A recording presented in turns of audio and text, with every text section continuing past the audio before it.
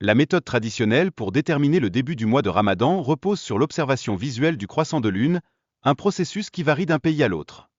Alors que les astronomes soutiennent que les calculs astronomiques sont précis, les érudits religieux insistent sur l'importance de la vision, suscitant ainsi des tensions entre science et foi. Pour observer la Lune, deux conditions sont primordiales. Un nouveau croissant et le fait que la Lune se couche après le Soleil, ce qui est crucial pour assurer sa visibilité. Les critères d'observation incluent non seulement l'occultation, mais aussi le coucher du croissant après le coucher du Soleil. Sans ces éléments, l'observation devient impossible. De nombreux astronomes ajoutent des critères supplémentaires, tels que l'âge de la Lune et le temps écoulé entre le coucher du Soleil et celui de la Lune, ainsi que sa hauteur dans le ciel. Les différentes approches adoptées par les pays pour déterminer le début du mois varient. Certains s'appuient uniquement sur des calculs astronomiques, tandis que d'autres privilégient l'observation visuelle.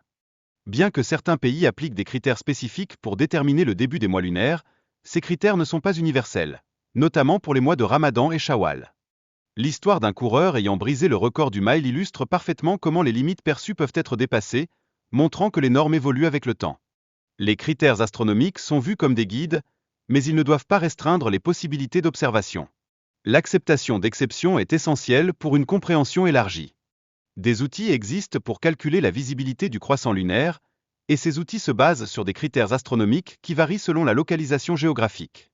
Les conditions pour observer le croissant diffèrent d'un pays à l'autre, comme en Malaisie, en Indonésie et en Turquie, où des critères spécifiques doivent être respectés. La question de l'unité des musulmans lors de l'observation du croissant est complexe et implique des opinions divergentes parmi les érudits qui varient selon la localisation et l'autorité religieuse. Les différentes opinions des savants sur la vision du croissant lunaire reflètent des interprétations variées de la loi islamique, engendrant ainsi des divergences dans les pratiques de jeûne. La question de la communication moderne soulève des préoccupations quant à la synchronisation des mois islamiques. Certains avancent que les technologies modernes ont résolu bon nombre de ces problèmes. L'importance de l'unité parmi les musulmans est mise en avant, surtout face aux différences d'annonces de Ramadan, car les frontières politiques compliquent souvent la cohésion religieuse. Il est crucial de définir ce que signifie réellement « partie de la nuit » afin d'éviter les divergences entre les pays musulmans, un sujet qui reste encore débattu.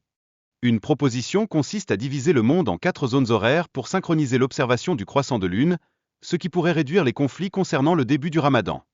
Les enjeux de ce débat englobent des aspects juridiques, astronomiques et souverains, chaque pays devant jongler entre ses propres décisions et le souhait d'une unité musulmane.